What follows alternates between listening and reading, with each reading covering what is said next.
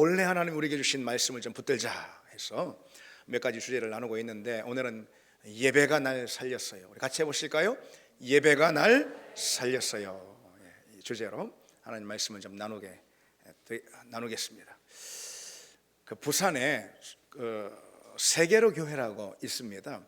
여기 그 손현보 목사님이라고 있는데요. 이분의 일명 고추밭 사건이라고요. 이 고추밭 사건이라는 일화가 국민일보에 보면은 이 신앙 코너가 있잖아요.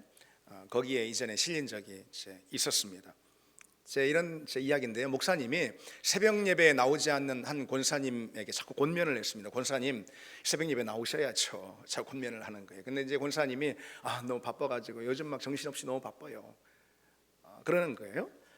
그래서 새벽 예배 권면할 때마다 자꾸 바쁘다고 하니까 도대체 뭐가 그렇게 바쁜지 궁금해가지고요. 알아보니까 이 권사님이 고추 농사를 많이 짓는 거예요. 고추 농사를. 그래서 다시 권사님을 이제 불렀다고 그럽니다. 권사님, 고추밭엔 맨날 나가신다며요. 근데 고추 농사하는 게 예배 드리는 것보다 그렇게 중요합니까? 고추 농사 때문에 새벽 예배까지 못 나오면 되겠습니까? 이렇게 이제 권면을 하는데, 그게 이제 전혀 통하지 않는 거예요. 얼마나 이제 고추 농사에 매여 있는지 통하지 않는 거예요. 그러던 중에 이제 이 목사님이 직분자들을 위해 가지고, 그리고 또 예배를 위해서 늘 기도하지 않습니까? 그렇게 기도하는 가운데 하나님께서 불현듯 이런 마음을 강하게 이렇게 주셨다는 거예요. 어떤 마음이냐면은, 네가 진정 나의 종이라면은 그 권사를 그대로 두면 안 된다. 가서 고추대를 싹 다 뽑아버려라. 이런 이제 마음을 하나님이 주시는데, 암만 그래도 그게 하나님 주신 마음이라 해도 그건 그럴 수 없지 하고선 하나님 주신 마음을, 그 음성을 이제 무시하는데, 그런데 자꾸만 그 마음이 자꾸 더 크게 드는 거예요. 그래서 이제 작정을 하고 어느 더운 여름날 그 권사님 고추밭에 찾아갔어요. 실제로 소문대로 그냥 고추 농사가 얼마나 잘 되는지, 얼마나 막 정성을 가꾸는지, 옆에 다른 고추밭도 있는데 거기보다 그냥 제일 그 권사님 고추밭이 잘 되는 거예요. 그래서 이제 무작정 밭으로 들어가 가지고선 우통을 벗고선 고추대를 막 뽑기 시작하는데, 막 땀이 비 오듯 흐를 정도로, 그래서 나중에 고추 농사가 얼마나 잘 돼가지고 고추밭이 얼마나 넓은지 손에 물집이 새길 정도로, 부르틀 정도로 고추대를 다 뽑아버리는 거예요. 그리고선 이제 집에 돌아가면서 그 권사님 딸한테 전화를 했어요. 집사님이에요. 집사님, 내가 이제 권사님 밭에 가가지고 고추대를 싹 다 뽑아버렸거든요. 그러니까 권사님한테 그리 좀 전해주세요 하고선 집에 갔다고 그럽니다.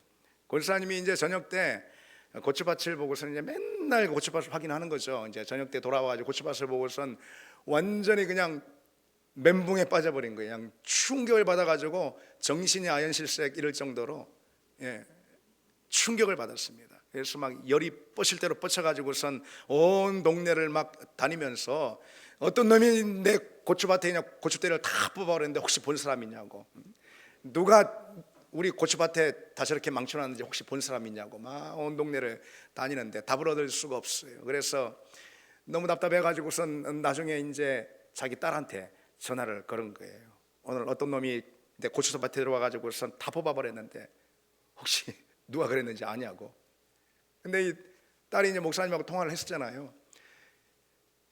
그런데 이 엄마의 목소리가 막 너무 막 분이 가득 차 있고, 그래가지고 거기 그냥 목사님이 그랬다고 답을 이렇게 할 수가 없어서 너무 무서워가지고선, 그래가지고 그냥 대충 둘러대고선 나중에 목사님한테 전화를 했다고 그러면, 목사님 아무래도 오늘 밤에 큰일 날 것 같아요. 큰 사건이 막 사단이 터질 것 같아요. 이제 목사님이 그날 밤늦게 권사님 댁에 찾아왔다고 그럽니다. 권사님 마치 실성한 사람처럼 그냥 돌아 앉아가지고 목사가 들어왔는데도 아는 체도 하지 않고, 완전히 그냥 눈이 풀려가지고선 눈동자 움직이지도 않고, 마치 실성한 사람처럼 그렇게 앉아있는 거예요. 그래서 목사님이, 권사님 왜 그렇게 정신이 없으십니까? 그러니까 글쎄 어떤 죽일 놈이 말이지 내 고추밭에 들어와가지고 고추 농사를 다 망쳐놨다고 그렇게 말하는 거예요. 그 목사님이, 권사님 실은 내가 그랬어요. 근데 권사님 믿지 않더라는 거예요. 아니 목사님이 뭐라고 우리 고치발을 그렇게 망쳐놓겠습니까? 목사님 왜 그런데요? 믿지 않으니까 목사님이 자기 손을 보이면서, 근데 오늘 권사님 밭에 와가지고선 고추대를 싹 다 뽑느라고 손이 이렇게 물집이 생겼다고.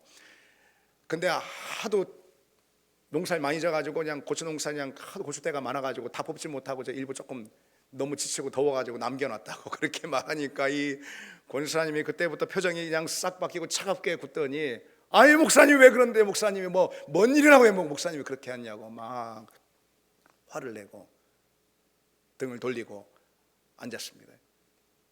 그 이제 이 목사님이 권사님은 고추밭 때문에 지금 심장이 떨려가지고 말도 못한다고 하시죠. 그런데 권사님 정말 믿음 때문에, 복음 때문에, 예배 때문에 그런 마음 든 적이 있으십니까? 그렇게 말했다는 거예요. 한참이나 정적이 흐르고 그러다가 이 권사님이 조용히 돌아서 가지고선 목사님한테 하는 말이, 아니 내가 세상에 고추가 뭐 이렇게 중요하다고 거기 그렇게 매여 가지고선 그렇게 정성 다 해가지고선 고추를 키웠는지 나도 모르겠다고. 그러면서 권사님이 눈물 흘리면서 회개를 했다고 그러는 거예요. 그 목사님이 그 권사님 마음을 위로해드리고 그 순간 하나님께서 그 마음을 만지시고 깨닫게 해주신 거겠죠. 그래서 목사님이 그 권사님 진심으로 위로를 해드리고 이제 그 다음 날부터 새벽 예배에 권사님이 나오기 시작하는 거예요.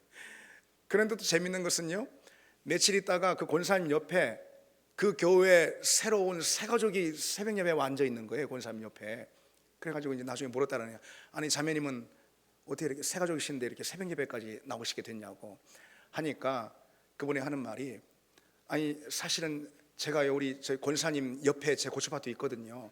근데 목사님이 하신 일을 제가 들어가지고 제가 이렇게 새벽 예배 나오게 됐다고. 예.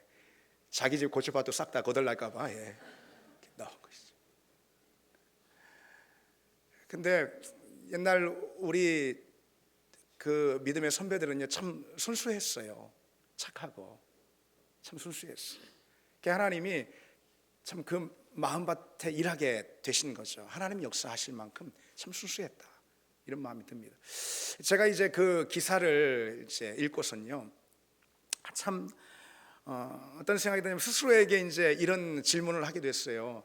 나도 저런 목회를 할 수 있을까? 나도 저런 목회를 할 수 있을까?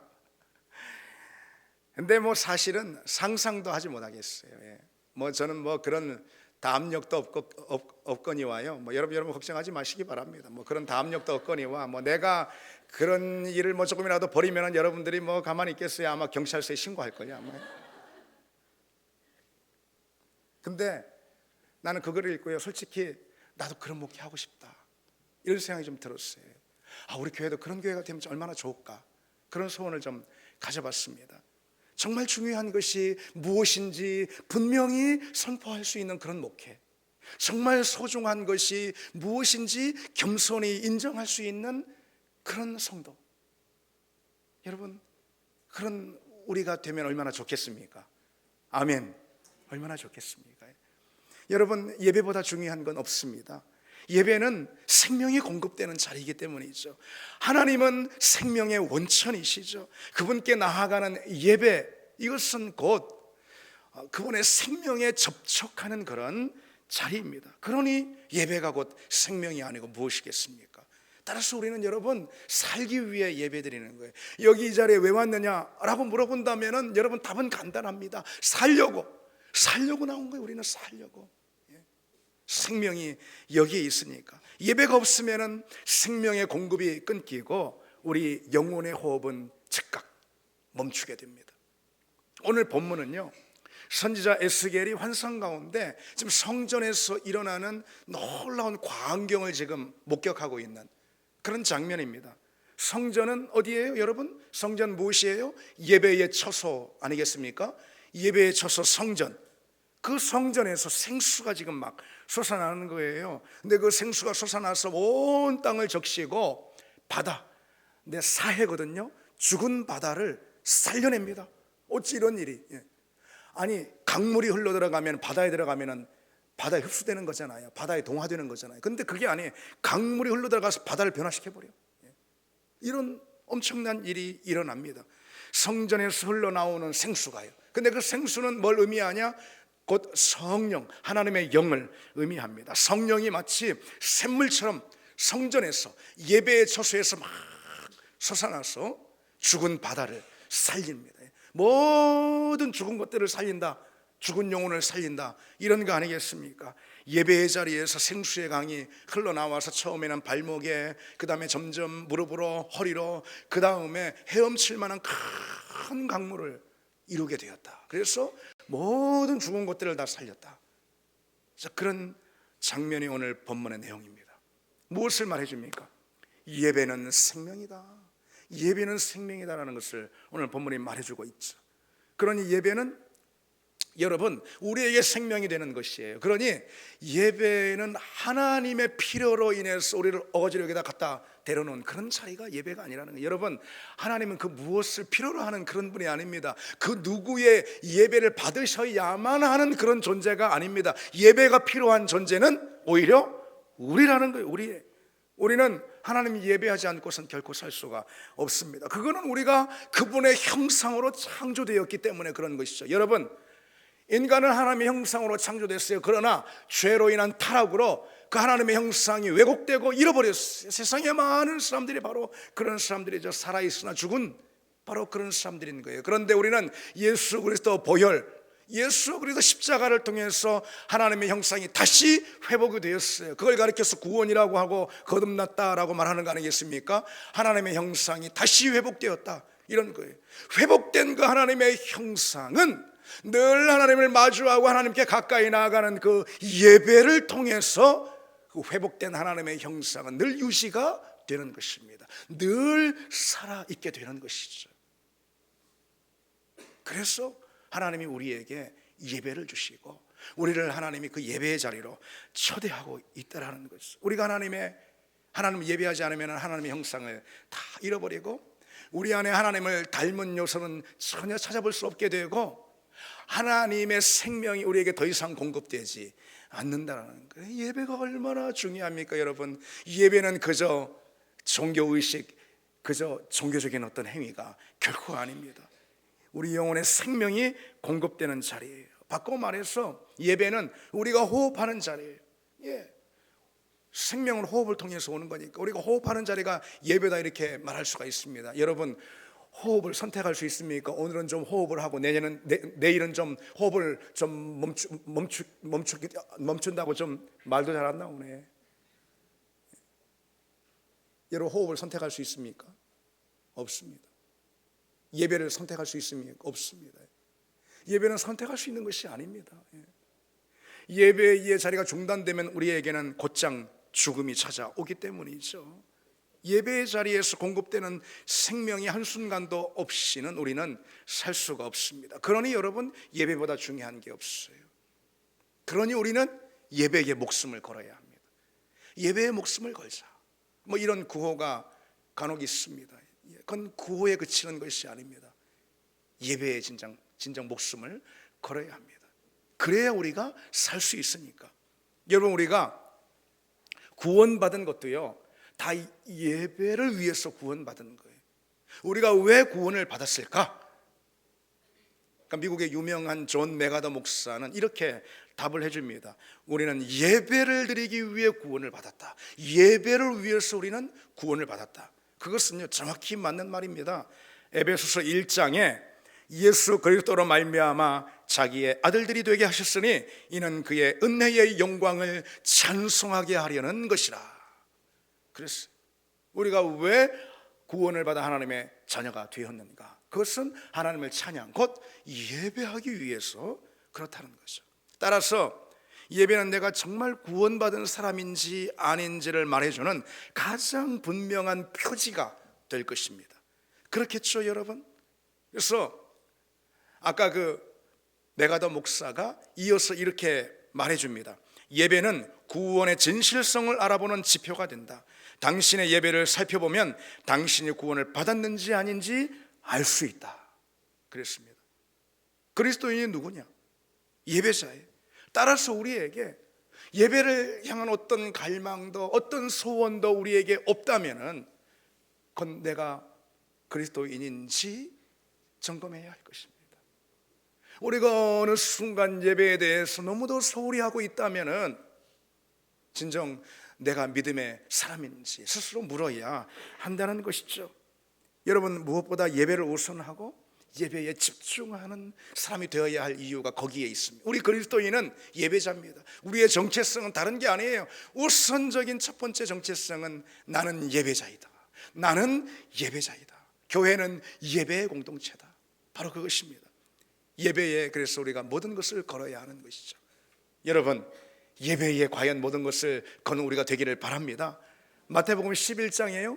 천국은 침노하는 자의 것이다 라고 말씀하고 있어요. 우리는 예배에 대한 집중과 몰입을 통해서 천국의 은혜, 천국의 선물을 침노에 얻는 자들이다, 이런 말씀이에요. 그런 예배의 최우선을 두고 예배를 소중히 여기고 예배에 전념해야 하는 것이죠. 바로 그 사람만이 천국을 침노해서 천국의 은혜와 천국의 권세를 얻을 수 있는 것이죠.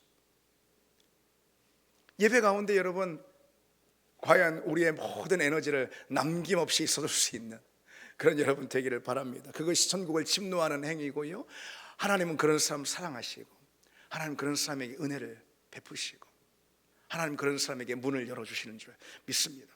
여러분, 우리가요 세상에서 별 아웅다웅 해도요, 그래 뭐 애를 쓰고 다 해도요, 그렇다고 인생이 잘 되는 거 아닙니다. 여러분들 아시잖아요.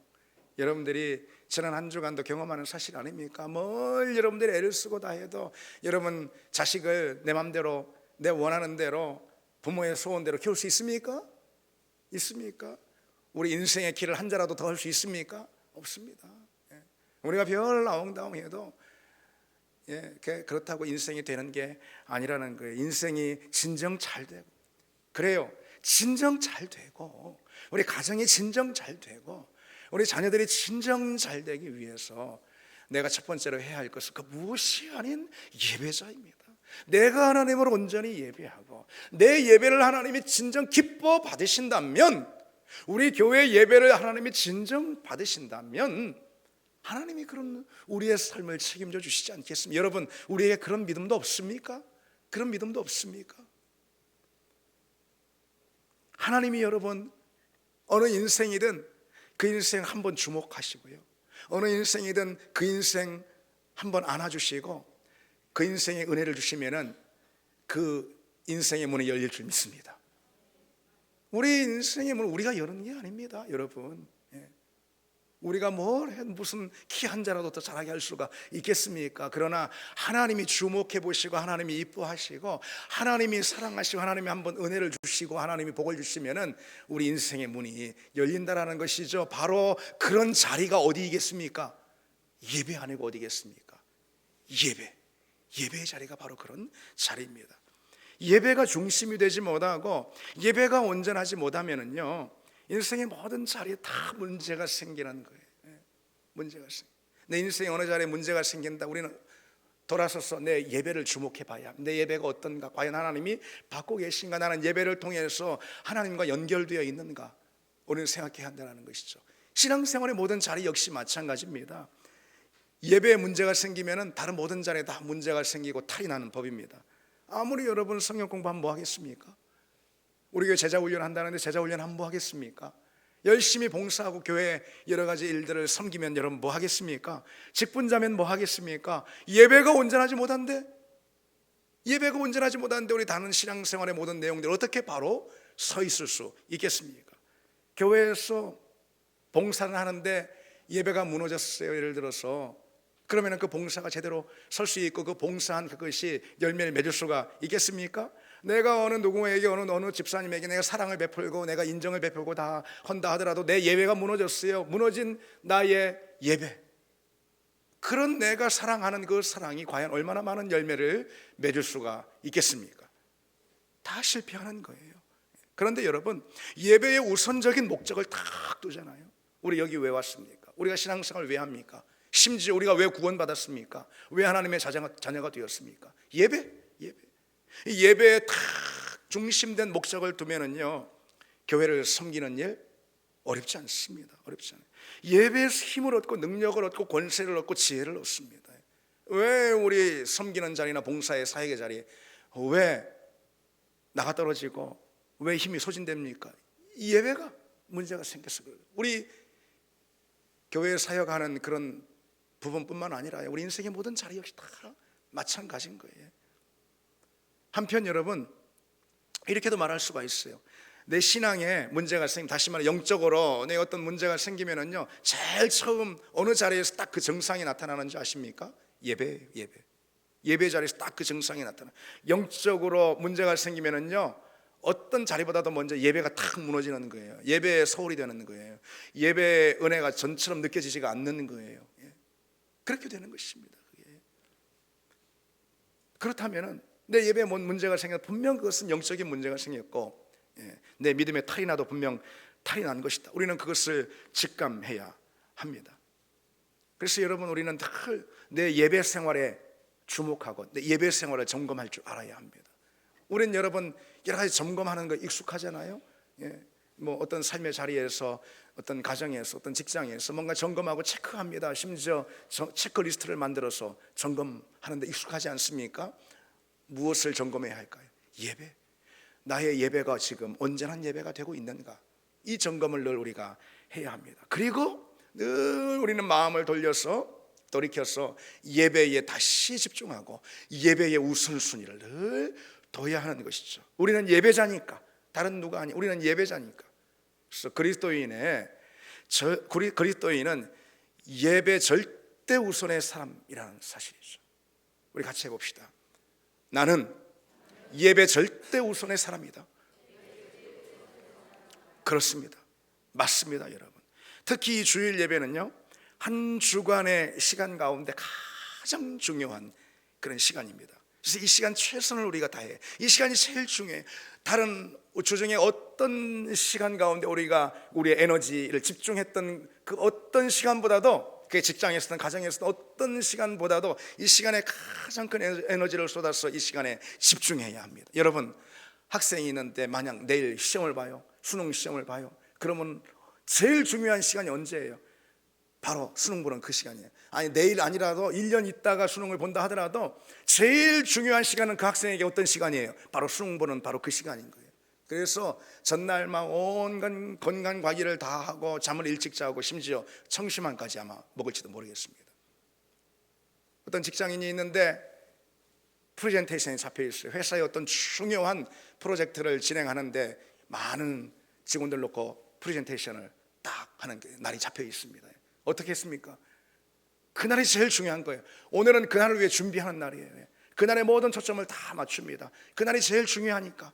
그날 망치면 안 됩니다. 큰일 납니다. 그럼 여러분에게 한번 묻겠습니다. 우리에게 예배는, 예배의 시간, 예배의 자리는 그만하지 못하단 말입니까?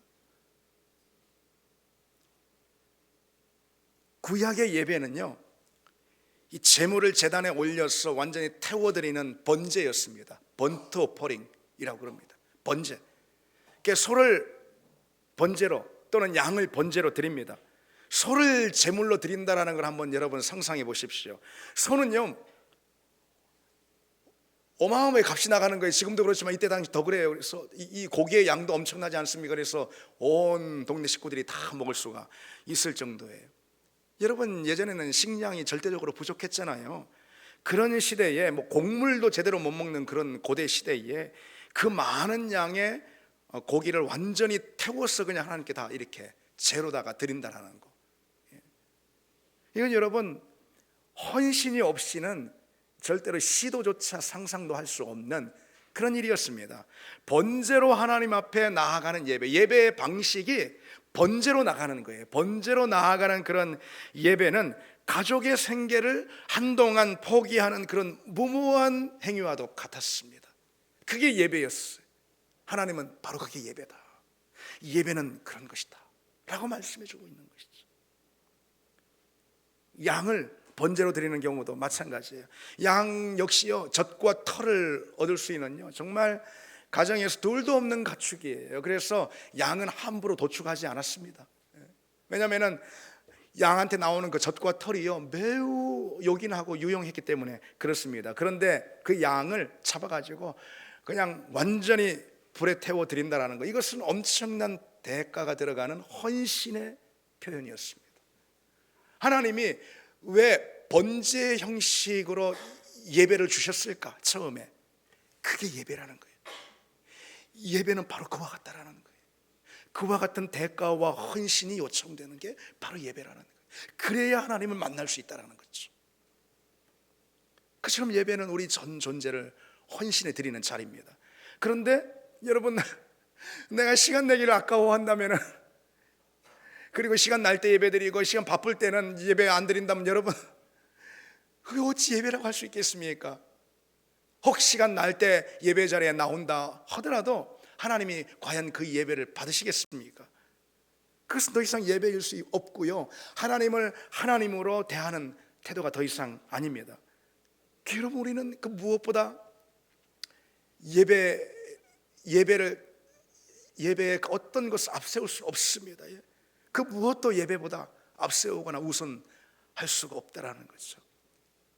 바로 그런 예배, 그 어떤 것도 예배보다 앞세우지 않는, 예배의 자리에서 어떤 대가라도 각오하는 그런 예배, 그런 예배만을 하나님께서는 받으신다는 거예요. 여러분, 예배는요, 하나님이 받으시는 예배도 있는가 하면 받지 않으시는 예배도 있습니다.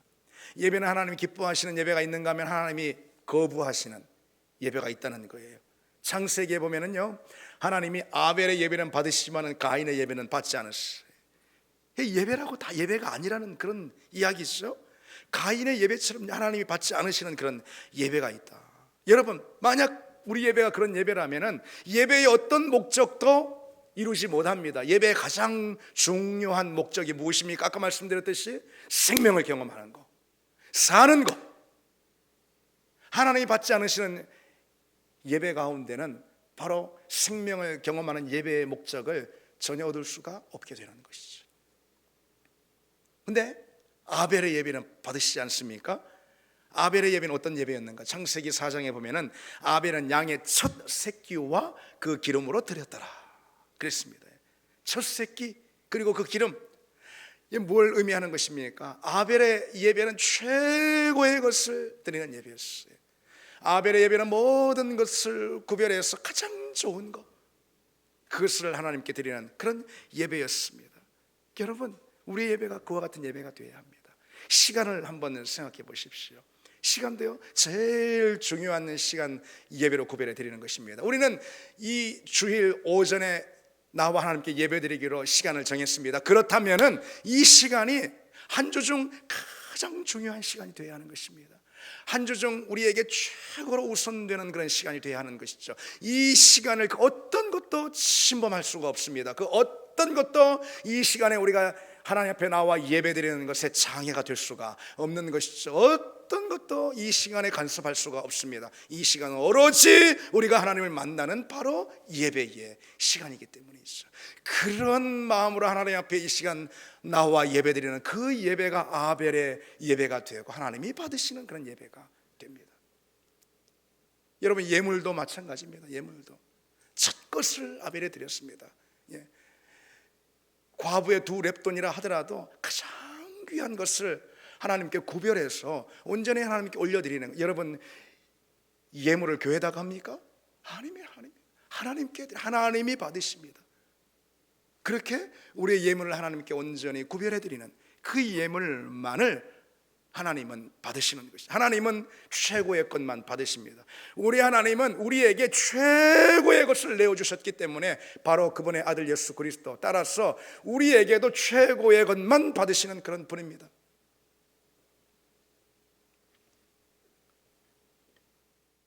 여러분, 하나님이 이처럼 받으시는 예배가 있는가 하면 거부하시는 예배가 있다라는 이 사실이 우리에게 가르쳐주는 게 무엇이겠습니까?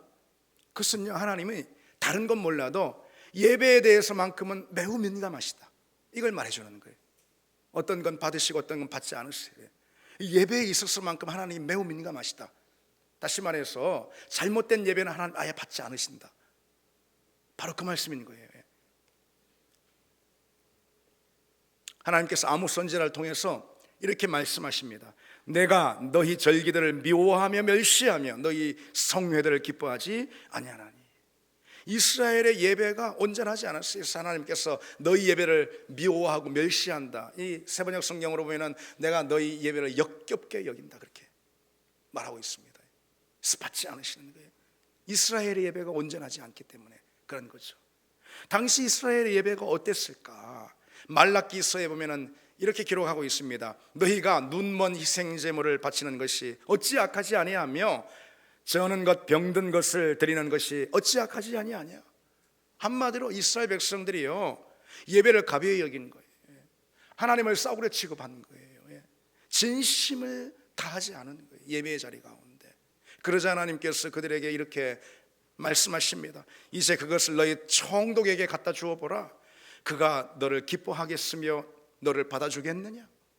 네, 여러분, 이 말씀은요 참 슬픈 말씀이에요. 참 슬픈 말씀이에요. 우리 하나님, 천지의 창조주가 되신 우리 하나님께서 저 피조물 인간인 한낱 총독에게 당신을 지금 비교하고 계시는 게, 스스로 당신 자신을 비하시키는 거예요. 이것을 비하시키는 거예요. 너희가 예배 드릴 때 가져오는 예물을 총독에게 한번 드려봐라. 그 총독이 받겠느냐? 그걸 기뻐하겠느냐? 이것은요, 하나님이 당신 자신을 총독의 위치까지 비하시키면서 이스라엘 백성들을 깨우치고 계시는 거죠. 책망하고 계시는 거죠. 너희가 총독 앞에 서면은 그런 자세로 서겠느냐? 오늘날로 너희가 대통령 앞에 서면은 그런 태도로 과연 서겠느냐? 그런 거죠. 하나님 무엇보다 그들의 예배를 보시고요, 이스라엘의 예배를 보고 완전히 실망해서 그들의 결국 돌아서십니다. 하나님이 돌아서시는 때가 있어요, 여러분. 하나님 돌아서시는 때가 언제요? 우리 예배를 보고 하나님 돌아섰어요. 그리고 급기야 이렇게 말씀하십니다. 하나님이 말라기서 1장에 너희가 내 제단 위에 헛되이 불사르지 못하게 하기 위하여, 다시 말해 예배를 드리지 못하게 하기 위하여 너희 중에 성전문을 닫을 자가 있으면 좋겠다. 참 정말 안타까운 말씀, 이거 정말 참담한 말씀이죠. 아무도 예배에 나오지 못하게 그냥 성전문을 누가 걸어 잠그면 좋겠다, 그런 것이죠. 너무나도 참담한 말씀 아니고 무엇입니까? 하나님께서 오늘날 많은 교회를 향해서 저 교회 문을 좀 닫아버리면 좋겠다, 이래 말씀하신 것 같은 것이잖아요. 여러분, 얼마나 참 가슴 아픈 그런 이야기였습니까? 저 교회 문을 좀 닫아버리면 좋겠다. 왜요?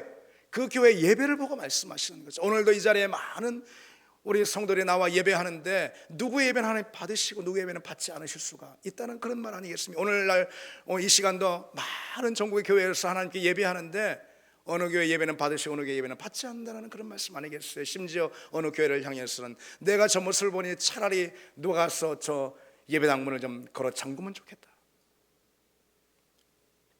그건 다른 이유가 아닌 거예요. 바로 예배 때문인 것이 예배. 여러분, 오늘 우리의 예배를 한번 돌아보시길 원합니다. 오늘 우리 예배를 한번 보시길 원합니다. 오늘 이 시간 여러분, 여러분에게 좀 무겁게 말씀이 될지 모르겠지만은 그래도 우리가 꼭 기억해야 될 중요한 말씀으로 기억하고 여러분이 말씀의 자리에 참여하시길 바랍니다. 우리의 예배를 한번, 예배의 모습을 한번 돌아보시기 바랍니다. 어떤 사람은 예배 와주는 사람이 있어요. 와주는 사람 예배. 어떤 사람은 예배를 무슨 때우듯이 출석 체크하듯이 참석하는 그런 과제 해결하듯이 그냥 하는 그런 경우도 있습니다. 어떤 사람은 내 예배보다는 그냥 봉사를 해야 되니까 어쩔 수 없이 예배에 나오는 그런 사람도 있을지 몰라요. 그런데 더 큰 문제는 그거는 그래도 다행이라 여겨질 정도의 큰 문제가 우리에게 있다는 것이죠. 한 주가 멀다 하고 예배를 밥 먹듯이 빠지는 경우가 다반사입니다. 하나님을 가벼이 여기고 예배를 우습게 여기지 않는 이상 어찌 그럴 수가 있겠습니까? 그런가 하면은 예배 시간 늦는 그 시간도 어쩜 그렇게 똑같아? 5분 늦으면 꼭 5분 늦어. 10분 늦으면 꼭 10분 늦고. 여러분, 제 여러분을 타박하는 것이 아닙니다. 전 여러분, 하나님이 오늘 설교자인 제게 주시는 말씀 그대로, 그 감동 그대로 여러분에게 말씀을 전할 뿐인 거예요. 누가 그렇다 그런 게 아니에요. 우리 모두가 이 말씀을 듣고 깨어 경성해야 하는 것이고 다시 돌이키는 그런 은혜가 우리에게 있어야 할 줄 믿습니다. 심지어 예배 중에 핸드폰을 보고 뭐 카톡을 날립니다. 여러분, 뒷사람 다 봐요. 뒷사람 보고 은혜가 다 떨어지고 그러지 않겠습니까? 은혜의 물을 다 쏟아버리지 않겠습니까? 아니 여러분, 그런 말 유치하게 해야 되겠습니까? 대통령 만난 자리에서도 그렇게 하겠냐고. 전 참 그런 말 유치해서 참 못하겠는데, 근데 하나님께서 말라기 선지자를 통해서도 그런 말씀을 참 하셨습니다. 우리 그러지 말아야 합니다, 여러분. 그러지 말아야 합니다. 핸드폰은 그냥 꺼놔야 합니다. 우리 예배가 그렇다면은 여러분, 그것은 예배를 싸구려 취급하는 행위이고 하나님을 싸구려 취급하는 그런 사람입니다. 그런 사람이 과연 하나님을 믿는 사람이다, 하나님의 자녀다 라고 할 수가 있을까요? 하나님은 그런 예배를 어떻게 보시겠습니까? 그냥 예배당 문을 닫아버려라, 차라리 예배에 나오지 못하게 하라 하지 않겠습니까? 여러분, 우리 주님이 어떤 분이에요? 우리가 예배하는 우리 주님이 어떤 분입니까? 죄와 사망에서 우리를 건지시기 위해서 하늘 보좌를 버리시고 이 땅에 오셔서 십자가의 그 모진 수욕을 다 겪으시고 그로 인해 하늘에 오르셔서 마땅한 존귀와 예배와 경배를 받으실 그 자리에 우리 주님께서 오르시지 않았습니까? 그리고 우리는 누구냐? 우리는 바로 그 주님의 십자가에서 물과 피를 쏟으신 주님의 그 희생을 통해서 구원을 얻었고 이제 예배자로, 이제 하나님 기뻐하시는 예배자로 부름을 받았습니다. 우리의 예배가 과연 어떠해야 하겠습니까? 어떠해야 하겠습니까? 여러분, 우린 진정 예배를 정말 오늘 이 순간부터라도 소중히 여기고, 그래서 예배 절대 우선의 사람, 여러분 이것이 과한 표현이 아니에요. 과한 표현이 아니에요. 예배 절대 우선의 사람이 되기를 바랍니다. 아멘. 아멘. 그래서 그런 사람은 예배를 위해서 어떤 희생과 대가도 마다하지 않는 그런 사람이에요. 여기 오늘 이 자리에 오신 분들 가운데도요, 예배를 드리기 위해 어떤 희생과 대가를 치른 분 있을 수 있습니다. 뭐 그저 오듯이 오신 분들도 있겠죠. 그러나 올 수 없는 이 자리에 와서 대가를 치르고 앉아 계신, 하나님 예배하는 그런 분도 있을지 모릅니다. 우리 일부 예배 시간에 김기순 권사님이 목에 디스크가 와가지고선 심하게 왔어요. 그래서 잘못하면 수술받아야 될 수도 있습니다. 근데 디스크가 와서 막 통증이 엄청나고, 그래서 옛날에 애를 낳을 때보다 더 아팠다고 그런 말씀하셨어요. 누워도 아프고 앉아서도 아프고, 통증 때문에 살 수가 없어요. 그런 통증을 갖고 앉아서 예배를 드렸어요. 그런 분도 예배를 드립니다.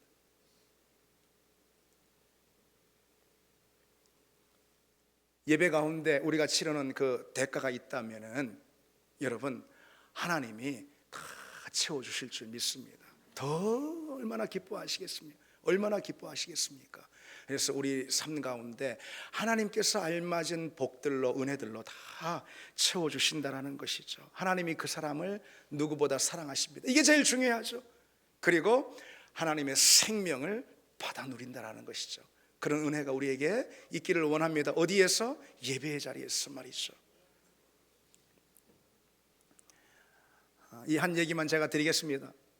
한때 그 청소년 사역으로 아주 유명했고요. 지금은 그 라이트하우스라는 교회를 개척해가지고 그 교회를 섬기는 홍민기 목사님이라고 있습니다. 코로나 직전에 이제 교회를 개척했다고 그래요. 고등학교 강당을 빌려가지고 임대를 한 거죠. 그 예배를 이제 드리는 거예요. 그런데 코로나가 터지자 학부모들이 막 교회 굉장히 예민했잖아요. 그래가지고 교회가 학교 강단 쓰는 것을 매우 못마땅해 여기고 계속 항의를 한 거예요. 그래가지고 아직 그 개학 기간이 끝나지도 않았고, 그리고 뭐 어디 나가서 뭐 예배 드릴 장소를 마땅히 찾지도 못했는데 교회 측에서 학교 이사회에 그저 우리 그냥 나가겠다고 이렇게 했다라는 거예요. 이제 예배 초소가 없어요.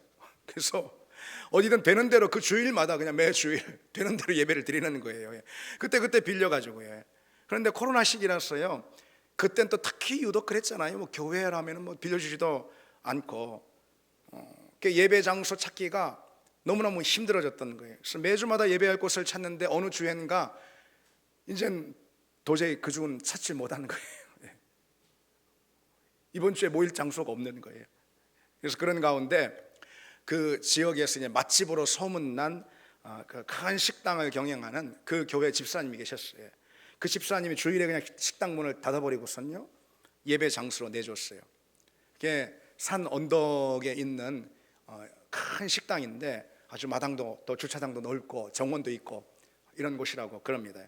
근데 이제 거기서 이제 다 예배를 드리기로 약속을 하고서는 주일에 이제 성도들이 다 이제 모여가지고 준비를 하는 겁니다. 거의 다 이제 뭐 간이 의자를 깔고 다 준비를 하는 겁니다. 그런데 이제 날씨가 좋지 않고요, 더군다나 아주 춥기까지 했다고 그럽니다. 그래서 많은 성도들이 다 간이 의자 앉아가지고 이제 무릎담요로 이렇게 덮고선 예배를 드리기 시작합니다. 근데 목사 입장에서 이제 그걸 보니까 춥고 날씨까지 굳은 이 마당에 이 야외에서 말이죠, 참 우리 성도들이 너무 딱하다 뭐 그런 안쓰러운 마음이 들었다고 그럽니다. 그러면서 이제 그 성도들을 보고 설교를 시작하기를 하는 말이 이제 좀 위로한다고 하는 말이, 그래도 오늘 비는 오지 않아서 참 다행입니다.